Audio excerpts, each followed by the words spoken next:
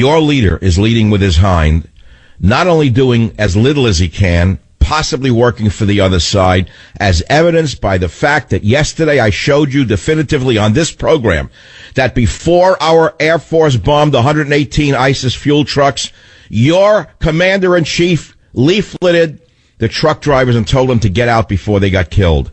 If that does not show you everything you need to know about Hussein in the White House, I don't know what else to present before you.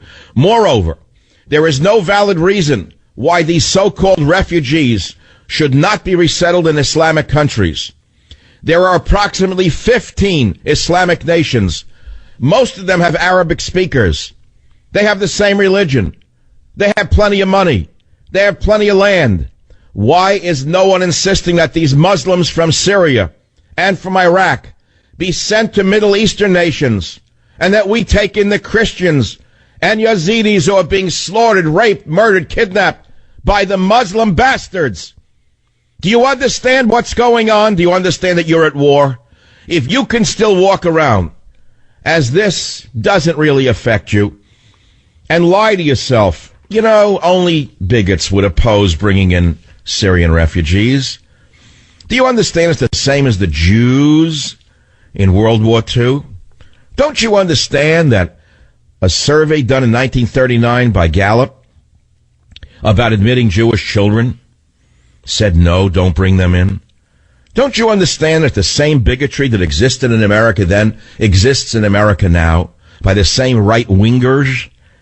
Don't you understand that this is the lie being put out by the liberal organs of propaganda?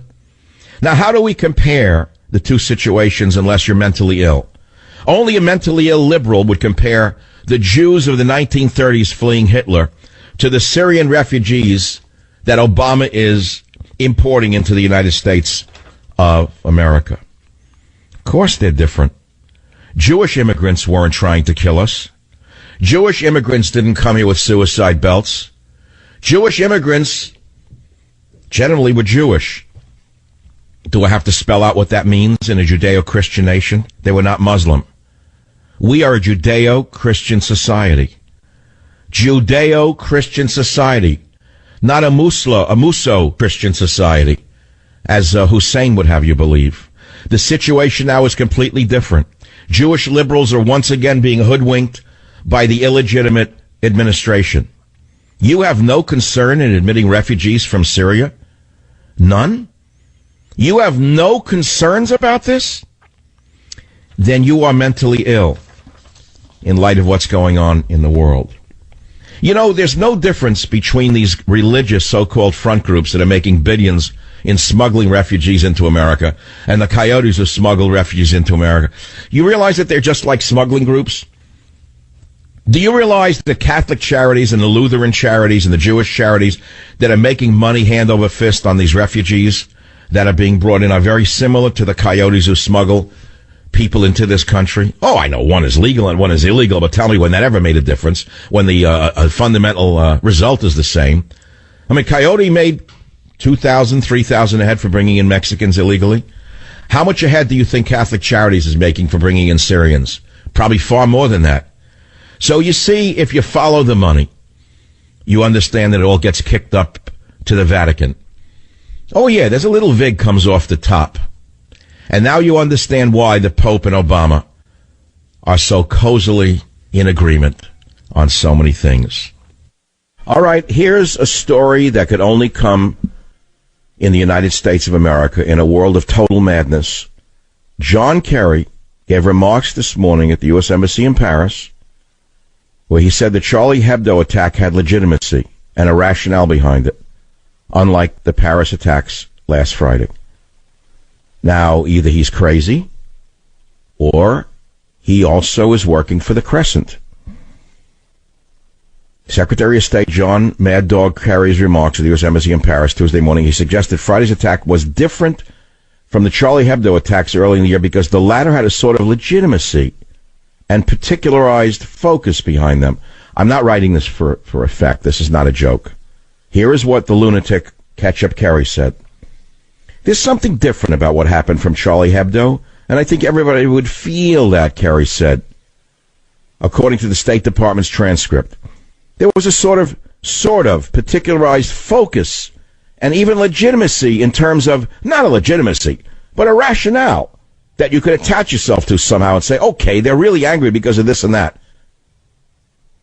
I rest my case. Impeach them all. Try them for insanity. But this is what we're facing right now.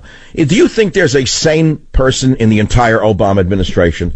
Do you think that there's one person in the Obama administration who knows what's going on? And where would that person be? Who would that person be? What department are they in? Let's see. Let's go down the list and see.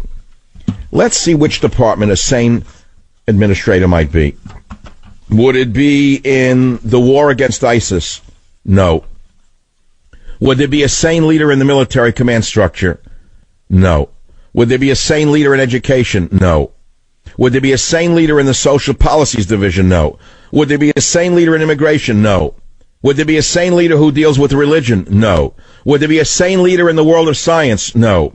Would there be a sane leader in the world of business in the administration? No. Would there be a sane leader in the world of liberty and free speech in the administration? No. Obama says gun control to be top issue of final year. Okay, I was saving it. President the deranged Obama hopes to make gun control a top issue of his final year in office, saying Americans aren't more violent than other people, but they have more deadly weapons to outact their rage. In an interview published in GQ magazine, Mr. Crazy Obama said that he's going to seek gun control as one of the last things he does before he leaves office. At a time that he's flooding us with military-age males, mainly Muslims, from Syria, from war zones, he wants to disarm you. So does Hillary Clinton. I rest my case. The statement itself completes the whole discussion. Why are they not taking them in Saudi Arabia? Why are they not taking them into Lebanon? Why are they not taking them into Turkey? Why are they not taking them into surrounding Muslim states? Why are they not taking them into Iran? Why are they exporting them by airplane to us? Because he's bringing an army. Obama is literally seeding an army in the United States of America. I'll stop the paragraph right there. This has nothing to do with humanitarianism. He's insane. Russia and France are pounding ISIS's Syrian stronghold of Raqqa after the deadly terror attacks Friday.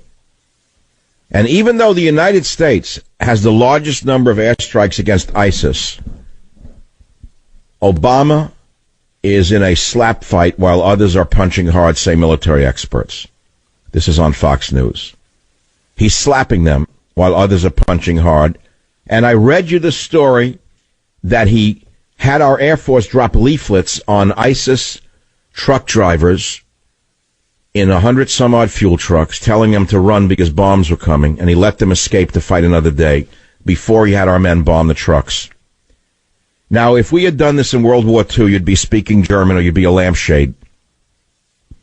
I personally think he's fighting for the other side, and he's doing as little as he possibly can to avoid the obvious for even the dumbest Kardashian watcher. I would say even the dumbest person on earth can see what he's doing if they ever stopped and took a look at what he's doing. They say, well, that's not right. Why would you leaflet the enemy before bombing them? I think that even a follower of Hillary Clinton would say that doesn't make sense unless you want them to get away to fight another day, right? The latest headline, the Untermensch from Morocco, who masterminded the killings in Paris, apparently was killed last night in the raid by the brave Parisian policeman. What an attack that was. I couldn't stop watching it last night. It went on for hours. They blew up an entire apartment block.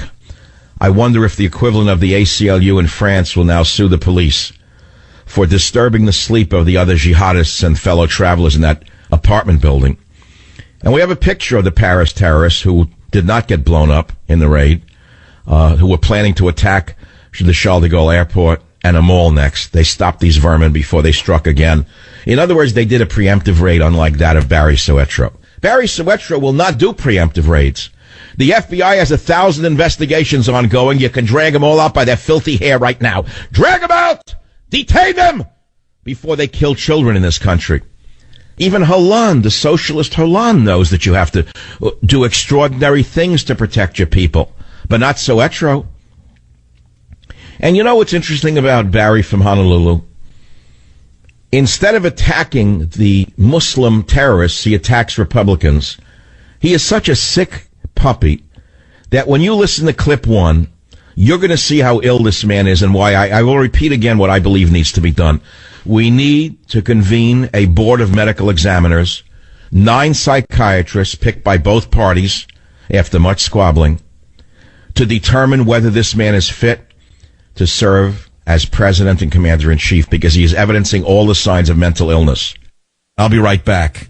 Join the Savage Nation. Call now, 855-400-SAVAGE, 855-400-7282. Savage.